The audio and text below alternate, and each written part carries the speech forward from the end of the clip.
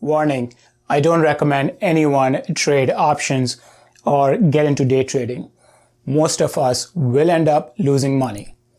With that, let's talk about how I trade options today, which has made me some decent money.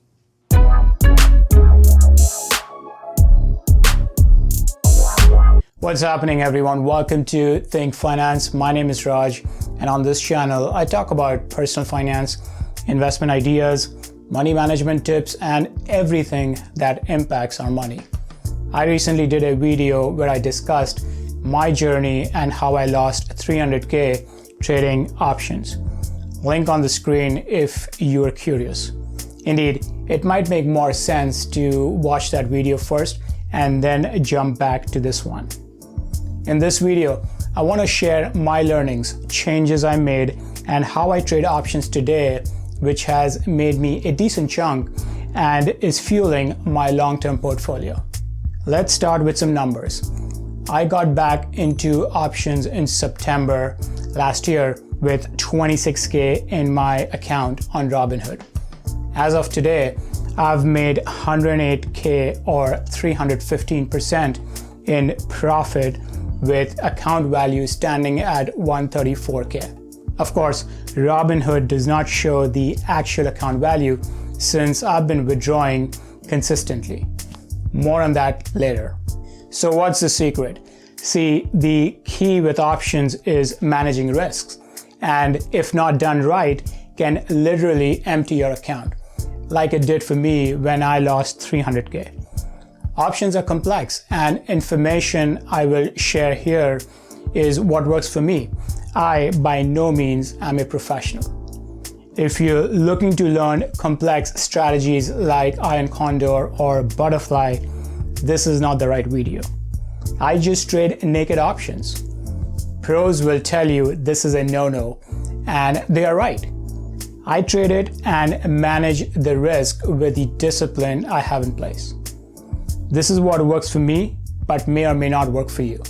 I'm assuming you have the basic knowledge about options and won't go into options 101. Here are a few ways I manage risk with options. Number one, time.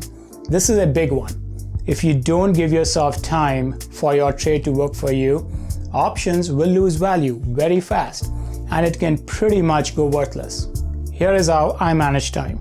Two things. Number one, trade options with a delta of 0.60 or higher. Number two, expiration date should be 35 to 50 days out. Delta is the amount of price change an option will see based on the price of the underlying. For example, let's assume you have Apple calls with a delta of 0.60 or 60%, and current value is at $3. If Apple moves up $1 in any given trading day, the options value or premium will move up 60% of $1, which is 60 cents, meaning the options value is now $3.60. Higher the delta, slower the rate of decay of the option. Decay is the loss of value of your contract. The other piece to managing time is expiration date. Trading options at least 35 days out slows the decay and allows you to breathe and let the trade work itself out. So delta of at least 0.60 and expiration date at least 35 days out. This means no weekly options, no at the money or out of the money options, since they break the rules and amplify your risk. Number one, time. Number two, have an exit strategy. This is a tough one. It is so difficult to sell when things are going great and you're making money. Options is trading, and you should not be holding a contract for long. Typically, my holding period is 3 to 5 days. Here are some of the techniques I use to close a trade. Limit orders. Have a percentage gain or loss in mind and put in a limit or a stop loss order in advance. I will sell if the contract no longer meets my number one rule.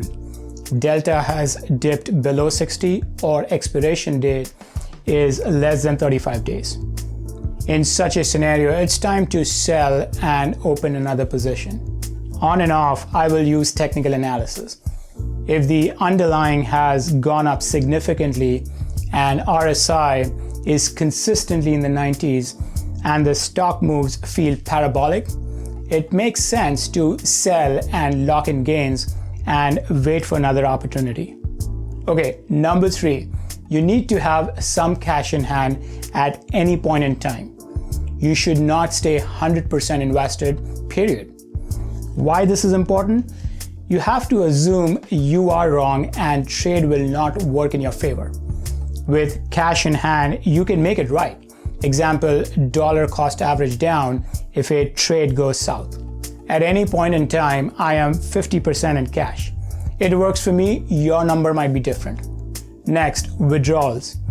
Probably one of the most important rules and something I didn't do enough in the past when my account was up 700%. I started my Robinhood account with 26K. Whenever my account hits 40K, I withdraw 10K. So at any point, my account is somewhere in the 30s. Again, this is all about managing risk. For me, the most I can lose is the money I have in my account, which is somewhere in the 30s. Also, all withdrawals go into my long-term portfolio in M1 Finance. Options is fueling my long-term portfolio. Link in the description if you want to track my portfolio or open a new M1 Finance account. Few other things I've learned with options. You should not be paying any fees to trade. When I was with TD Ameritrade, I paid 11K in just fees in 2018. I switched to Robinhood and eliminated fees altogether. I don't get the fancy tools, but Robinhood gives me enough to trade. Yes, Ameritrade has eliminated fees now, but there is still some minimum one has to pay to trade. I would still recommend opening a TD Ameritrade account because you get free CNBC. By the way, if you're planning to open a new Robinhood account, use the link in the description. It's an affiliated link. We both get a free stock. Never trade into a big event. There is something called as Implied Volatility or IV, and you can look this up. The idea is that options are super inflated when there's a lot of hype around a stock. For example, never buy options into earnings. The IV is at the highest, and once the earnings is out, the IV falls. Higher the IV equals higher contract values. So let's assume you bought Apple calls to play earnings. Apple beats and the stock is up 2%. However, value of your contract is down. Why, you ask? This is because IV is usually at the lowest post earnings. Apple has to really crush it to make you some money. Lesson learned, never trade into earnings. It's stupid. Might as well give away your money. Here's a good one. In the past, I bought options a year out, thinking that in the long run, it has to make you money, right? Options are complex, so let me keep it crisp. Unless the stocks goes north all the time, holding options for 8 to 12 months does not work. When trading options, focus on few stocks as opposed to spreading your money around. Learn about these few stocks and ETFs and understand how they move, how much they move. This will help you plan your exit strategy. 80% of my recent profit has come trading just one ETF. Maybe I'll do another video discussing this. I think it will be an interesting one. Only trade options that are liquid, meaning the spread between bid and ask price is super narrow. Why does this matter?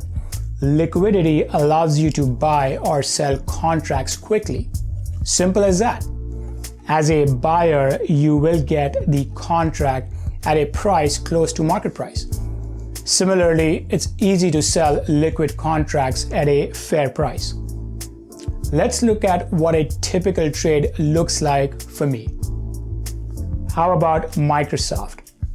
Trade options, we'll go to August 21st, and let's look at contract with 200 strike price. Since the market is closed at the time of this recording, the bid and ask spread here is pretty wide. The spread will be within 5 to 10 cents when the market is open. The delta for this one is 0.63, so that works. Put in the number of contracts and limit price and submit. So really, when opening a trade, I pretty much look at the delta and time to expiration, and of course, only trade liquid contracts. Okay, that's all I have, guys. Thanks for tuning in. If this was helpful, hit that like button, and if money gets you going, go ahead and subscribe. Until next time, peace.